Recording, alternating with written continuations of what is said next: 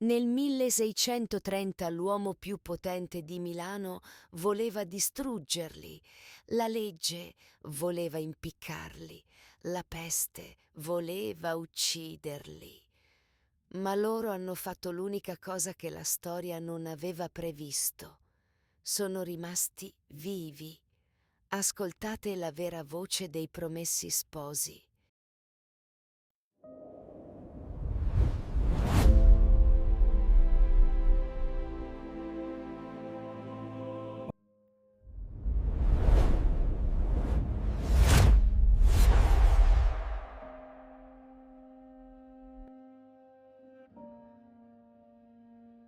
Benvenuti su Sussurri dalla storia italiana.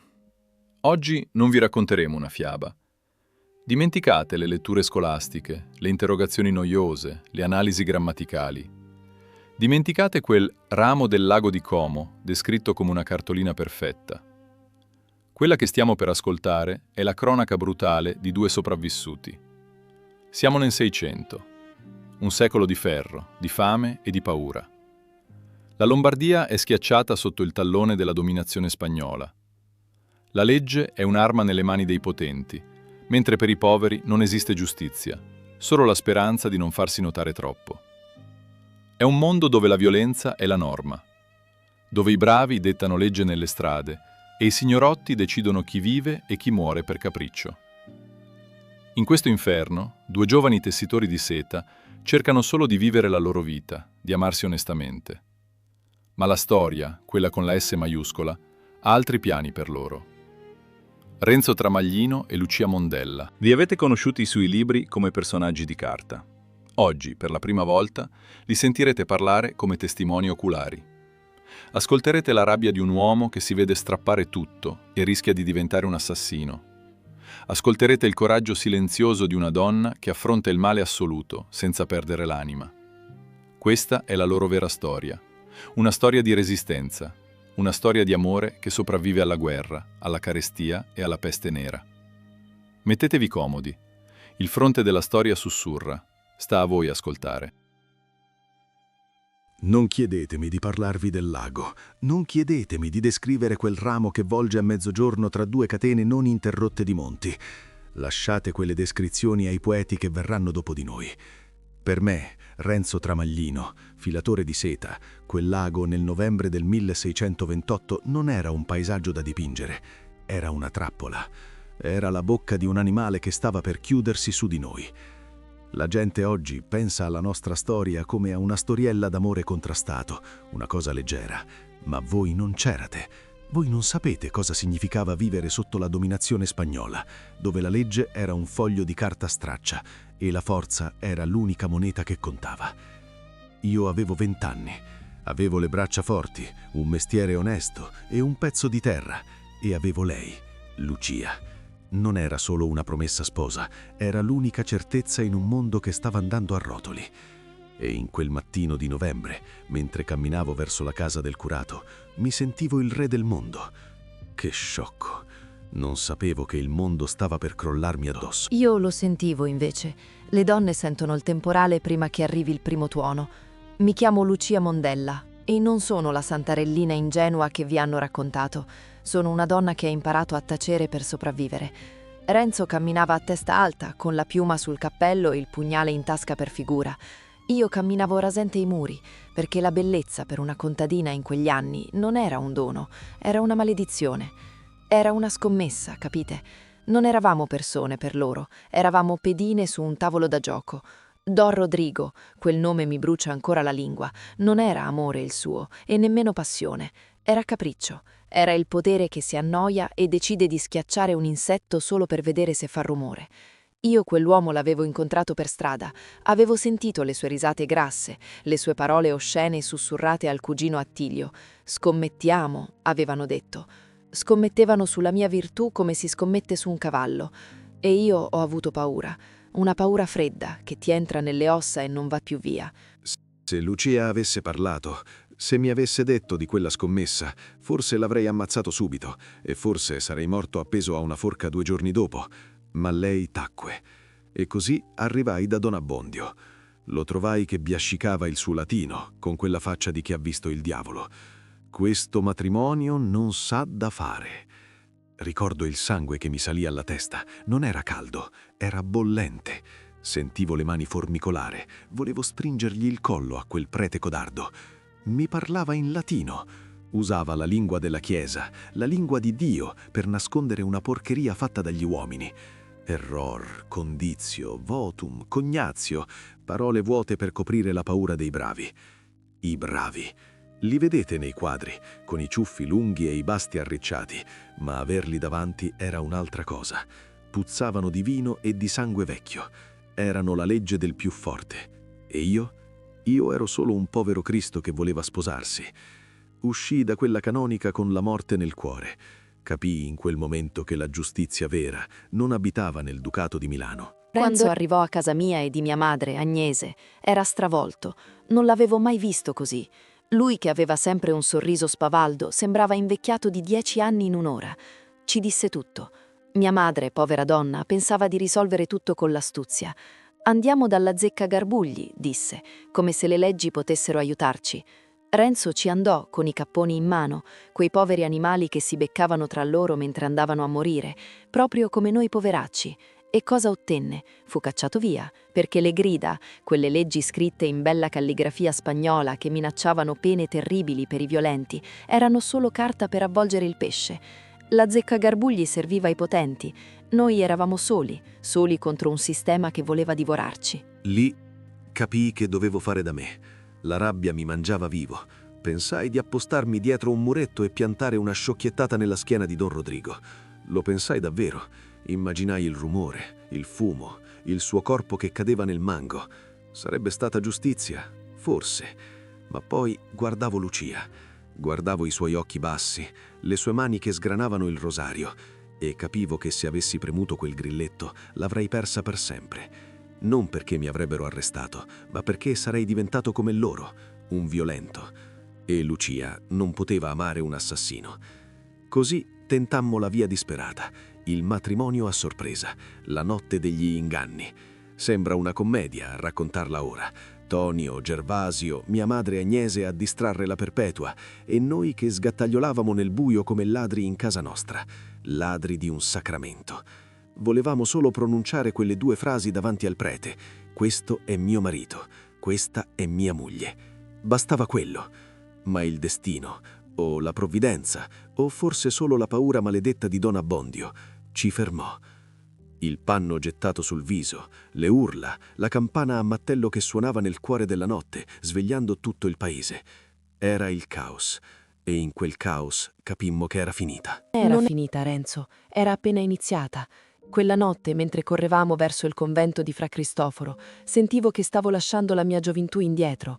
Ogni passo nel buio mi allontanava dalla bambina che ero stata. Fra Cristoforo, l'unico uomo di chiesa che avesse il fuoco di Dio dentro, ci guardò e non ci diede false speranze, ci diede una via di scampo. Andate, tu a Monza, Lucia, a Milano, tu, Renzo. Separarci. Era quella la parola che faceva più male di una coltellata. Eravamo sopravvissuti ai bravi, alla legge corrotta, alla notte degli inganni, ma adesso dovevamo separarci per sopravvivere. Salimmo su quella barca. L'acqua era nera come inchiostro. Il barcaiolo remava in silenzio. Mi voltai indietro. Vidi il mio paese, Pescarenchio, rimpicciolire. Vidi il palazzotto di Don Rodrigo, quel nido di vespe che dominava tutto dall'alto. E vidi la mia casa. Piansi lacrime che non sapevo di avere. Addio monti sorgenti dall'acque. Non era poesia, ve lo giuro, era uno strappo nella carne. Addio casa mia, addio sogni di una vita tranquilla, addio rumore del telaio, addio chiesa dove dovevamo sposarci. Io non piansi, o almeno cercai di non farlo vedere. Stringevo il bordo della barca finché le nocche non diventarono bianche. Guardavo Lucia, avvolta nel suo scialle, piccola e tremante, e feci un giuramento, lì, su quell'acqua scura. Giurai che non sarebbe finita così. Non sapevo cosa mi aspettava a Milano, non sapevo della carestia, della peste, della morte che avrei visto in faccia. Sapevo solo una cosa: quel signorotto aveva vinto la mano, ma non la partita. Ci stavano cacciando come cani randagi, ci toglievano la terra da sotto i piedi. ma mentre la barca scivolava via, verso l'ignoto, sentivo che il filo che mi legava a lei non si era spezzato, si era solo allungato. Era l'inizio dell'esilio, l'inizio dell'inferno, ma eravamo vivi e finché c'è fiato, c'è speranza. O almeno c'è la rabbia necessaria per non arrendersi. Il barcaiolo ci portò all'altra riva, lì doveva iniziare il nostro viaggio separato. Mi strinsi a Renzo un'ultima volta. Non ci dicemmo ti amo, quelle sono parole per i tempi di pace. Ci dicemmo abbi fede. Ma io nel mio cuore, mentre il carro mi portava verso Monza, verso quella signora misteriosa e potente di cui tutti parlavano con timore, avevo un altro pensiero. Pregavo Dio di proteggere Renzo dalla sua stessa rabbia, perché sapevo che Milano era una giungla e lui era un lupo giovane che non aveva mai visto la città. La nostra storia d'amore innocente era finita quella notte sulla barca. Ora iniziava la storia della nostra sopravvivenza. Milano. Se chiudo gli occhi sento ancora il boato di quella città. Voi immaginate Milano come la città della moda, dei palazzi, ma la Milano che vidi io nel novembre del 1628 era una bestia affamata. Appena entrai da Porta Orientale, vidi una cosa che mi fece dubitare dei miei occhi. Strisce di farina bianca per terra. Farina! In un tempo in cui la gente moriva di fame nelle campagne. Lì la calpestavano. Credevo fosse il paese di Cuccagna. Invece era la follia. Era la rivolta del pane. San Martino. La gente era impazzita. Vidi donne, vecchi, bambini assaltare il forno delle grucce. Urlavano, spaccavano tutto, portavano via il pane ancora bollente, bruciandosi le mani pur di mangiare. C'era un odore nell'aria, non di pane buono, ma di sudore acido, di rabbia, di bruciato. Io ero un ingenuo, un montanaro sceso in città. Mi lasciai trascinare dalla folla. Gridai anche io contro il vicario di provvisione, convinto che nascondessero il grano. Mi feci notare, parlai in piazza, dissi che bisognava andare dal Ferrer, che la giustizia doveva essere per tutti. Che stupido. Non sapevo che tra la folla c'erano le spie. La spada per il manico, mi disse uno sbirro in borghese, portandomi all'osteria. Mi fece bere, mi fece parlare, e la mattina dopo mi svegliai con le manette ai polsi. Renzo Tramaglino, capro espiatorio. Volevano impiccarmi solo per dare un esempio alla folla. Ma scappai come una lepre. Correvo fuori da Milano, verso Bergamo, verso il confine con Venezia. Fu il viaggio più solitario della mia vita. Di notte, nei boschi, sentivo i lupi. Avevo freddo, avevo fame, ma ogni volta che stavo per cedere pensavo a Lucia. Pensavo, se muoio qui o se divento un bandito, lei rimarrà sola. Quel pensiero era la mia bussola. Dovevo restare vivo e onesto per lei. Arrivai all'Adda, il fiume che segnava il confine. Quando lo attraversai, piansi. Ero salvo, ma ero un esiliato. Mentre correva nei boschi, io stavo entrando nel mio inferno personale. Monzo. Credevo di essere al sicuro nel convento. La signora Gertrude, la chiamavano la monaca di Monza. Mi faceva pena e paura insieme. Aveva occhi che non stavano mai fermi, occhi di chi ha un segreto che la divora. Non sapevo che anche lei era una vittima, costretta dal padre a farsi suora senza vocazione. Ma le vittime a volte diventano carnefici per salvarsi. Mi tradì. Mi mandò fuori dal convento con una scusa. E lì, sulla strada vecchia, accadde l'incubo. Sentii dei passi veloci, un'ombra, poi un panno sulla bocca, mani forti che mi afferravano come se fossi un sacco di grano. Mi buttarono in una carrozza. Il viaggio fu eterno. Sentivo solo le bestemmie dei bravi e il rumore delle ruote. Il Nibbio, il capo di quei diavoli, mi guardava con una strana pietà negli occhi. Disse che facevo compassione persino a lui. Arrivammo in cima a un monte, in un castello che sembrava un nido di avvoltoi. Era il castello dell'innominato. Non osavo nemmeno pronunciare il suo nome. Era l'uomo più potente e malvagio della terra, un uomo che non aveva paura né di Dio né del diavolo.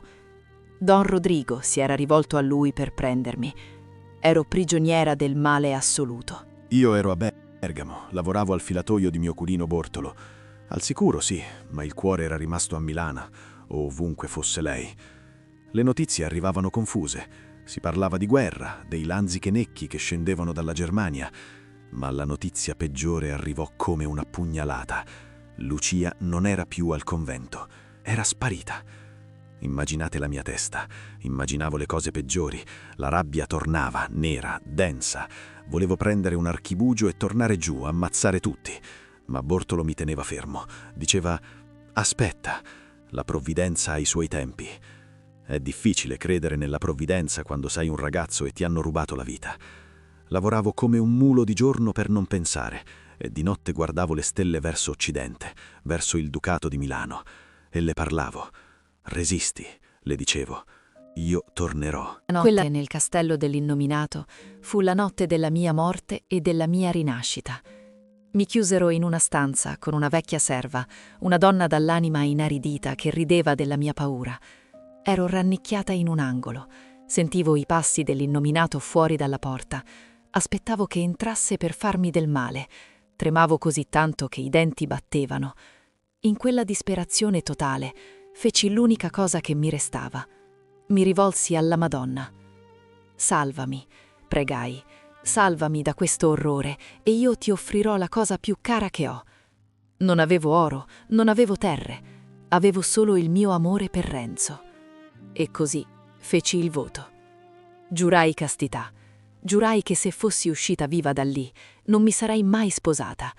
Rinunciavo a Renzo per salvare la mia anima e forse la sua. Piansi mentre lo facevo.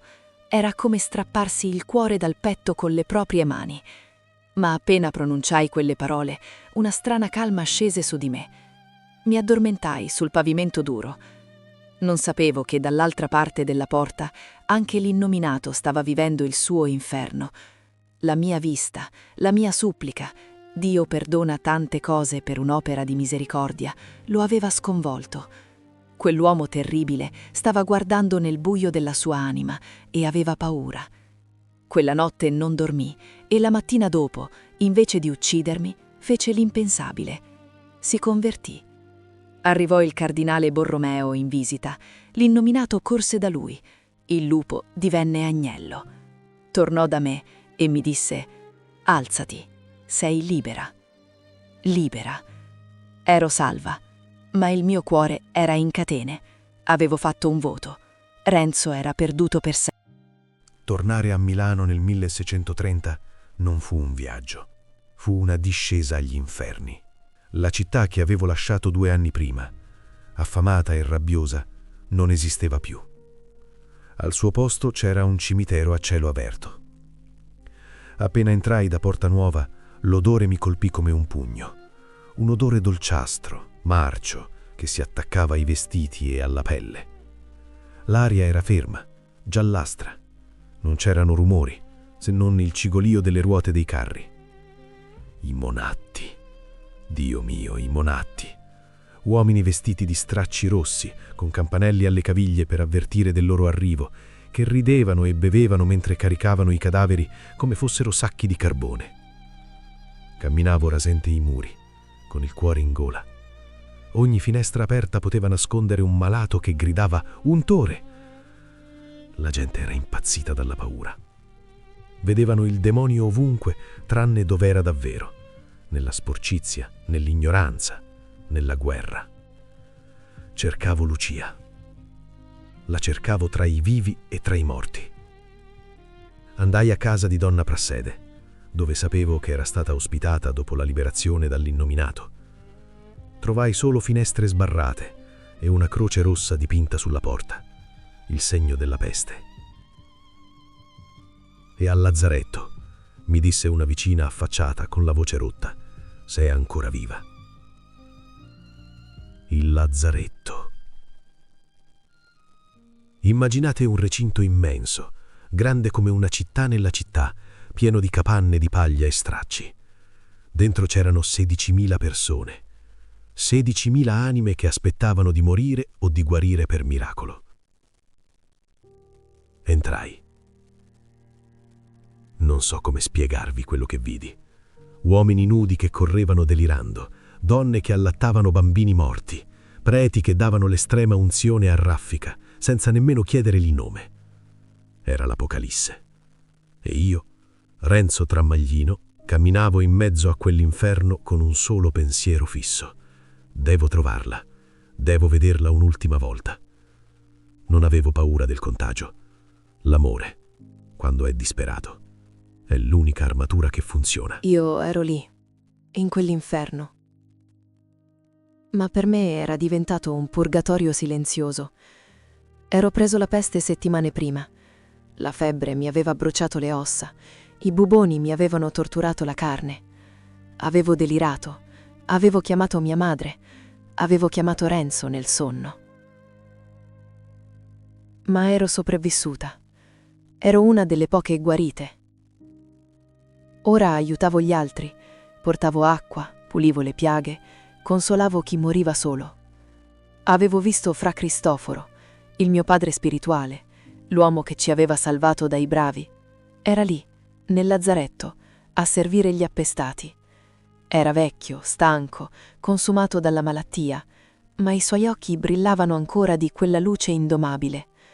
«Figlia mia», mi disse quando mi vide, «Dio ti ha salvata per uno scopo grande». Io scossi la testa. «Mi ha salvata per farmi mantenere il mio voto», risposi con amarezza, «per vivere sola e ringraziarlo». Ma il mio cuore sanguinava.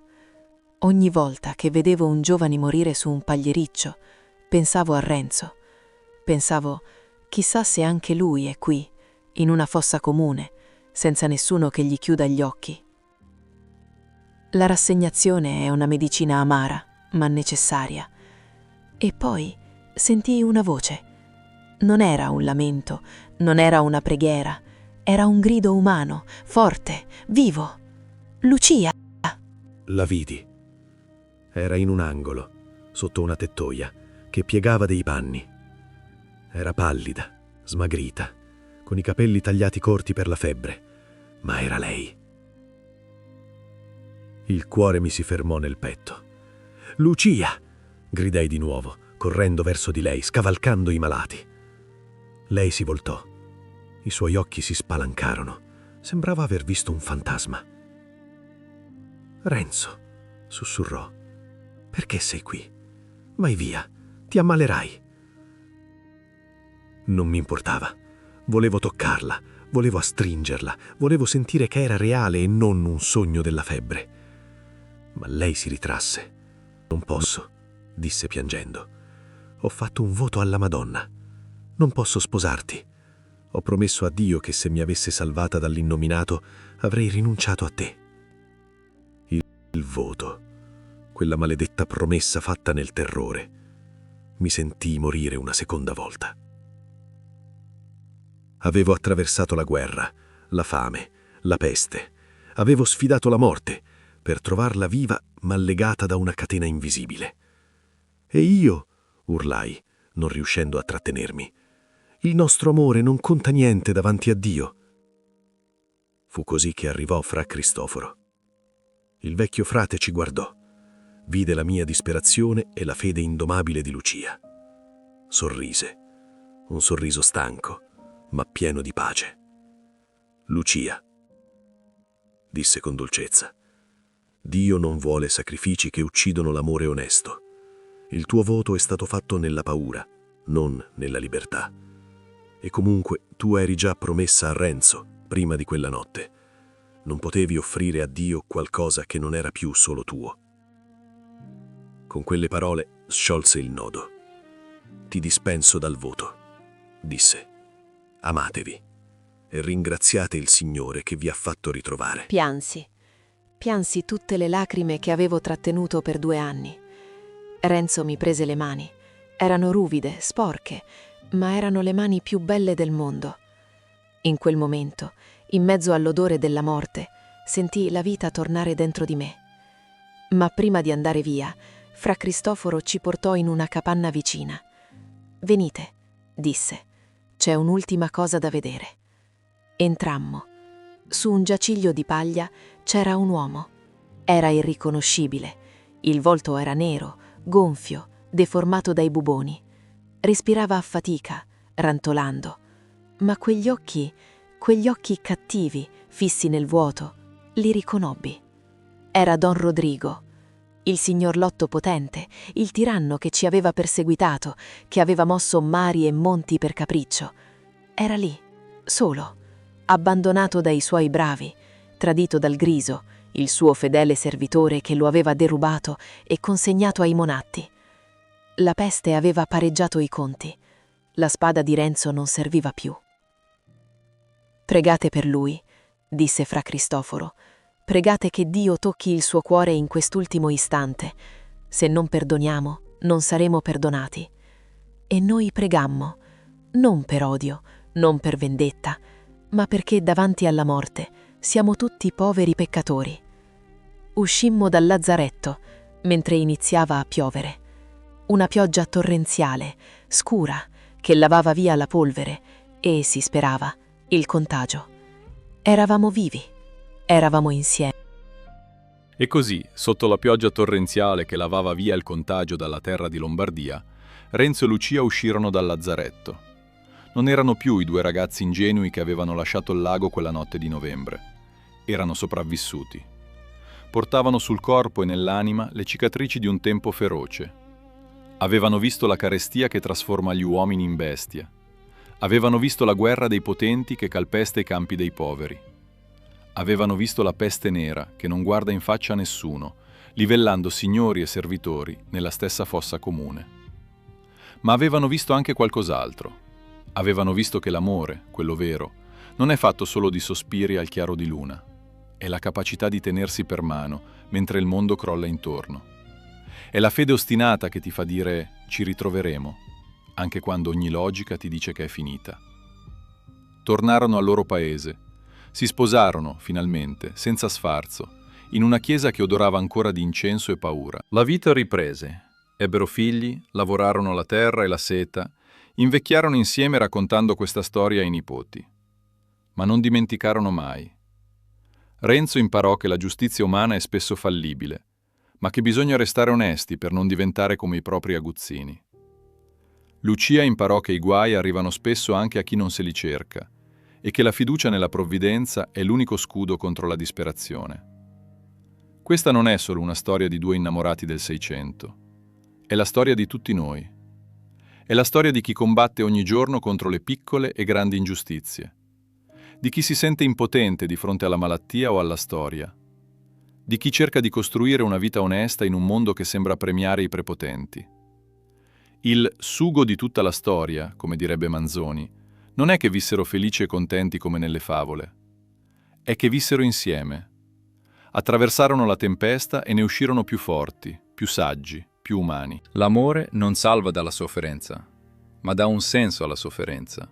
E forse, in un mondo che cambia, che corre e che dimentica, questa è l'unica lezione che conta davvero. Amatevi con coraggio, amatevi con resistenza, perché alla fine, quando tutto il resto sarà polvere, rimarrà solo quello che abbiamo costruito nel cuore degli altri. Questo era Sussurri dalla storia italiana. Il fronte della vita continua. Sta a voi scrivere il prossimo capitolo.